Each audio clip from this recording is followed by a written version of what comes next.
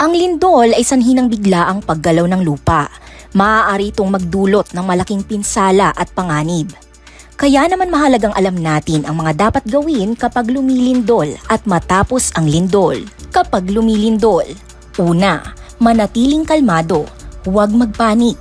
Gawin ang duck cover and hold. Yumuko, magtago sa ilalim ng matibay na mesa at hawakan ito hanggang sa huminto ang pagyanig. Kung nasa loob ng gusali, lumayo sa bintana at mabibigat na bagay.